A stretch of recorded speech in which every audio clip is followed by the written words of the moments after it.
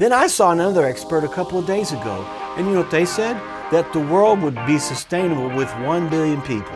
Well, we have 8 billion. So that expert wants to get rid of 7 billion people. And you look at this and you go, okay, I don't like your math. Your math is flawed. To receive your free printed copy of our new booklet, call us at 918-878-8000. And the problem that we're having is we're watching all these earthly scenarios play out, these news reports, these horrible things happen, and we're watching it, and they're telling us, they're doing the math for us. Unsustainable, they'll say. You know, I heard one expert say that the earth needs 1 billion less people. In order to be sustainable, we need 1 billion less people. And I'm like, okay, how do you eliminate 1 billion people? I mean, let's just think about that for a minute. Let's say that really needs to be done. How do you go about that? Then I saw another expert a couple of days ago, and you know what they said? That the world would be sustainable with 1 billion people. Well, we have 8 billion. So that expert wants to get rid of 7 billion people. And you look at this and you go, okay, I don't like your math. Your math is flawed. Because even in reality, it's flawed. Because we have 8 billion people on the planet today, and did you know there's less hunger and starvation, data-wise, percentage-wise, than there was 50 years ago, 100 years ago? Less. So the world has less starvation now with 8 billion people than it had with 2 billion. So what that means is we can do this. We can have at least 8 billion people because the number of starvations and whatever is going down. Well, to leave God out of the equation leads to just absolute chaos and defeat every time. They're telling us what climate change is going to. You know, my problem with that is that God made this planet and He knew we were going to develop these gasoline engines, and it's not going to global warm itself to death because God told us how the world's going to end. If you leave God out of the equation, it always is doom and gloom and depression and fear. I want to tell you what God told Habakkuk. He's still involved. He's not pulled out. He hasn't withdrawn. Just because you can't see Him and you don't know what His plans are, don't give up. Don't be discouraged. Don't let the enemy and circumstances rob you of your confidence. Nothing's changed as far as God is concerned between you and God. Aren't you glad that our future is secure in God? It's not dependent on storms or lack of storms or earthquakes or lack of earthquakes or the population. You know, it would be foolish to think that God would say, you know, I had a really neat plan for your life. You were really going to make a difference, but there's 1 billion too many people on the planet now. So, man, I wish we could have done this earlier, but it's too late. I can't really use you for what I wanted to use you for. But that's what people think. They come to these conclusions based on flawed math. And you know, God allows us to get sometimes in these positions. I mean, I believe that.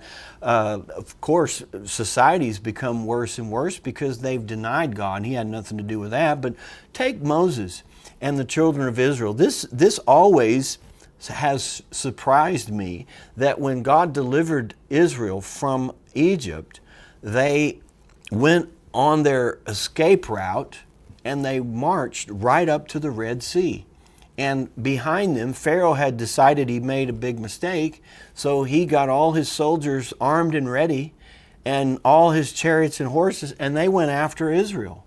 So Israel, in Exodus 14, Israel finds themselves with the Red Sea on one side and Pharaoh and his whole army on the other side.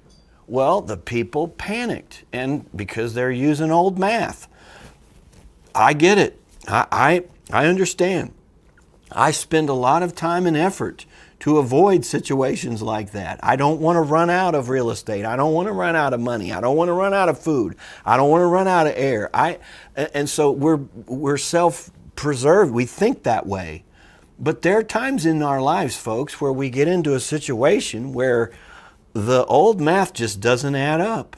If you're in that situation right now and you're tempted to believe that this world and your life equals destruction, failure, death, you're believing a lie. You're giving in to natural math. Don't do it.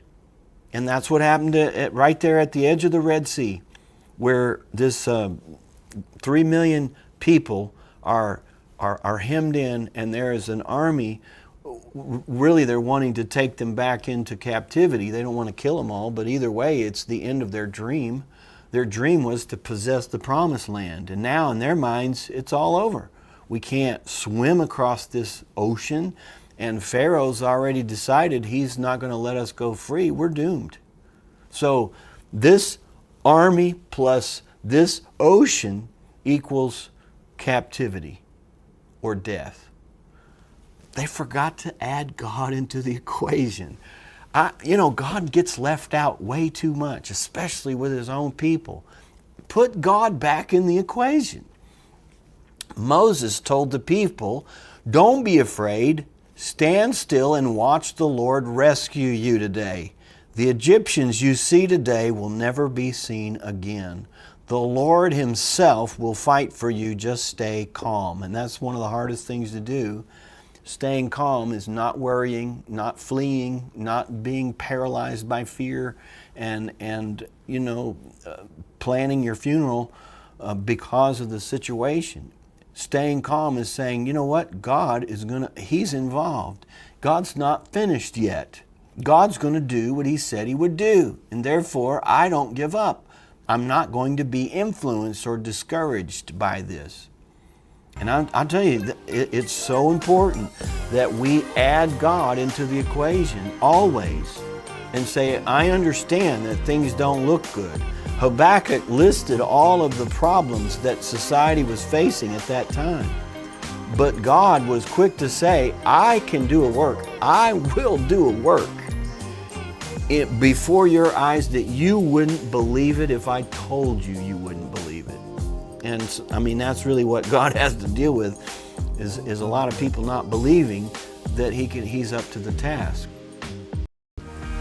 I got Greg Fritz's Good News book and Living with No Regrets. When I looked at this, I thought, God wants us to know how much he loves us. He wants to show us his love constantly. And what better news is that?